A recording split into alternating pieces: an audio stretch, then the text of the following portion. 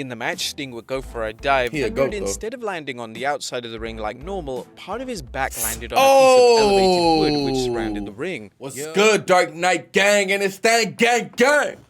Today, bro, I'm about to react to another video from WrestleLamia. This one right here is titled 10 WWE Superstars who ended a wrestler's career in one move. The homie just dropped this video, so WrestleLamia, sorry for reacting so early. It is what it is.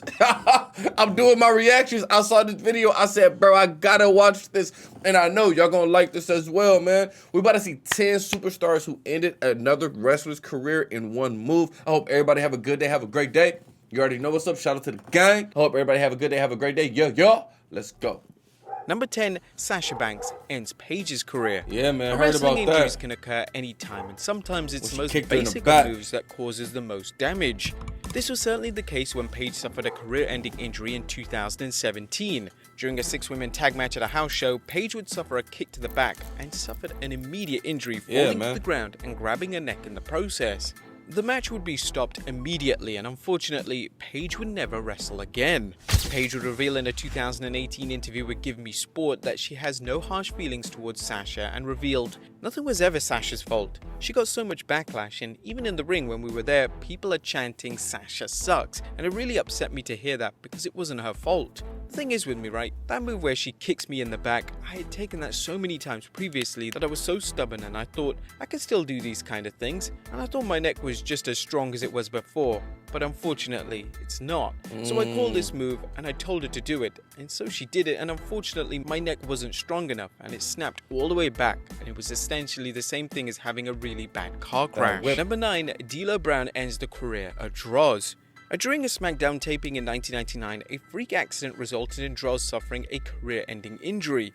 In the match, Droz's opponent D'Lo Brown went for a running powerbomb, and unfortunately Droz landed right on his head. The injury was so severe that Droz fractured 2 vertebrae in his neck. He was immediately rushed to hospital, where he underwent hours of surgery to reduce and stabilize the pressure on his injured neck. Although he had emergency surgery, it would ultimately leave him as a quadriplegic with essentially no movement below the neck. For the rest of his life? No ill will whatsoever towards D'Lo, and the two actually remain friends to this very day. Speaking in a 2014 interview with Fox Sports, Droz would reveal, "I have no hard feelings towards D'Lo because shit happens, and everyone who gets involved in athletics, including WWE, knows the risks that exist." But now he's quadriplegic for the rest of his life, bro. Tyson Kidd. That's crazy. A dark match between Samoa Joe and Tyson Kidd in 2015 resulted in Kidd. How would you, I mean, of course, everybody knows the risk, just like they know the risk when it comes to the NFL. You know what's crazy? I asked you guys on the last video about WWE injuries. I said, what sport do you think is more dangerous,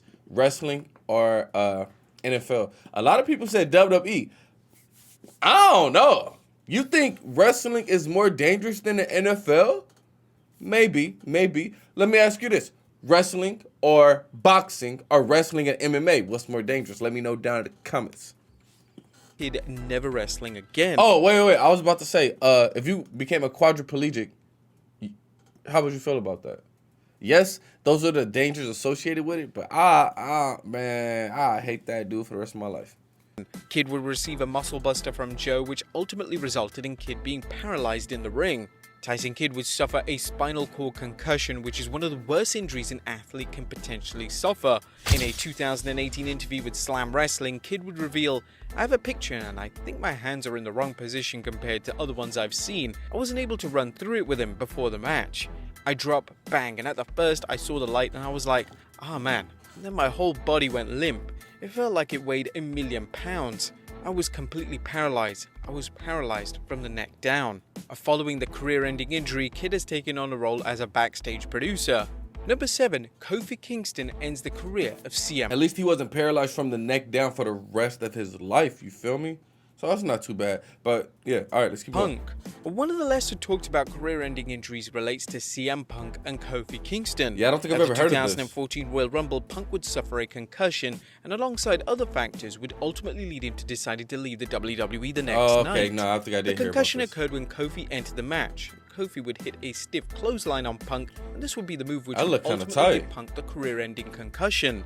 The clip of Kofi clotheslining Punk was actually shown during Punk's lawsuit with WWE doctor Chris Amann. Although Kofi may have contributed to Punk retiring way before he was supposed to, the two appear to be on good terms and remain in contact. Okay. Number 6, Neville ends the career. That move looked fire, though. I mean, if I got a concussion from that, I understand as well. You feel me?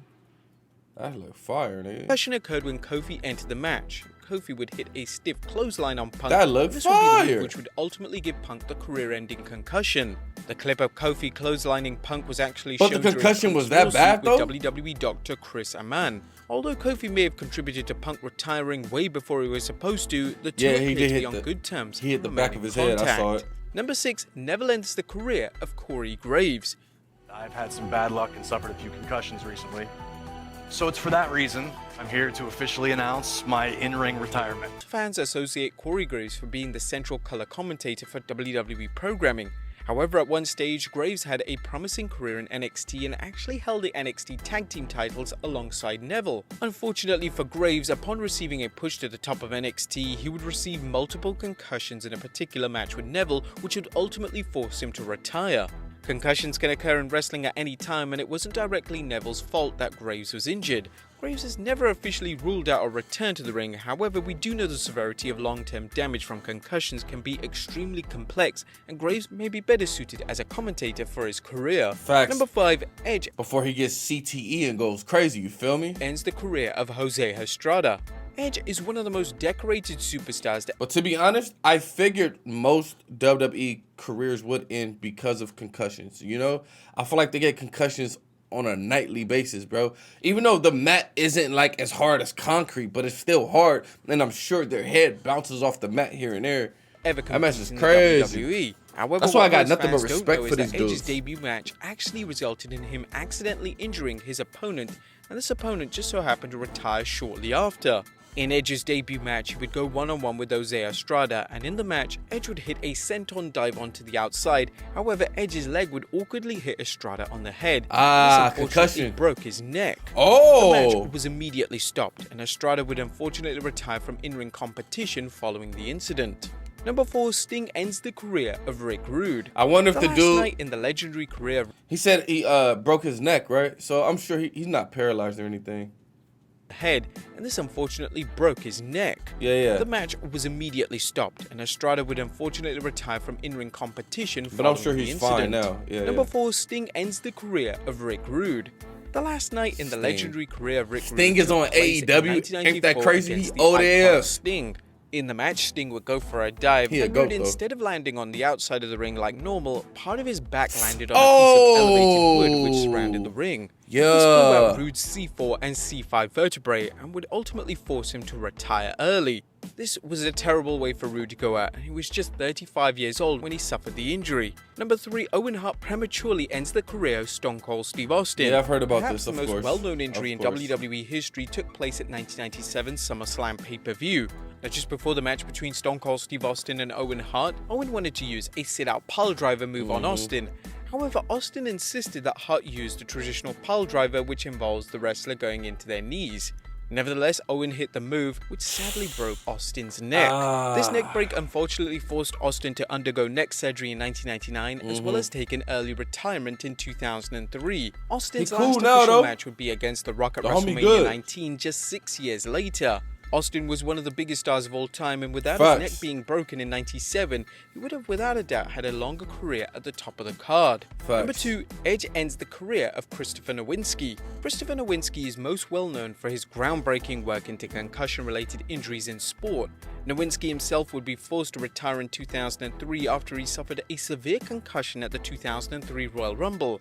In the Rumble match, Nowinski was supposed to take a double drop kick from Rey Mysterio and Edge, but sadly the timing was off, meaning that Edge landed on top of Nowinski's head. It looked absolutely brutal. Nowinski had a lot of potential in the ring, but his work in the field of concussions and, more importantly, CTE has certainly left Nowinski with an incredible legacy. And number 1, Goldberg ends the career of Bret. So him being injured was actually kind of a blessing. He's helping out a lot of other people and helping and giving us knowledge when it comes to CTE. That's good. Bret Hart and Goldberg's match at 1999's Starrcade pay-per-view is one of the most infamous matches of all time. In the match, Goldberg would make full contact with a mule kick to Bret's head, which ultimately gave him a serious concussion.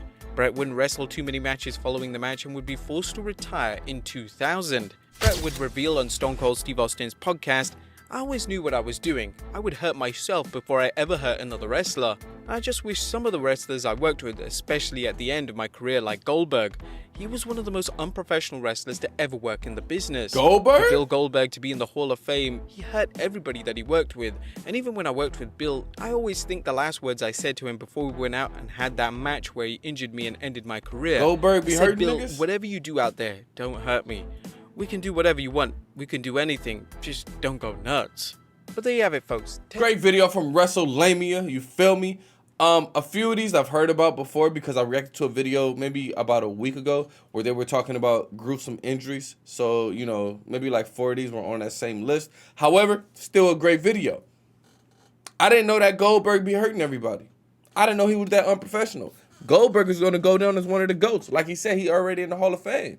I thought Goldberg was the man. But anyway, shout out to the gang. I'm going to drop one more video later on tonight. Yeah. Everybody have a great day. Peace.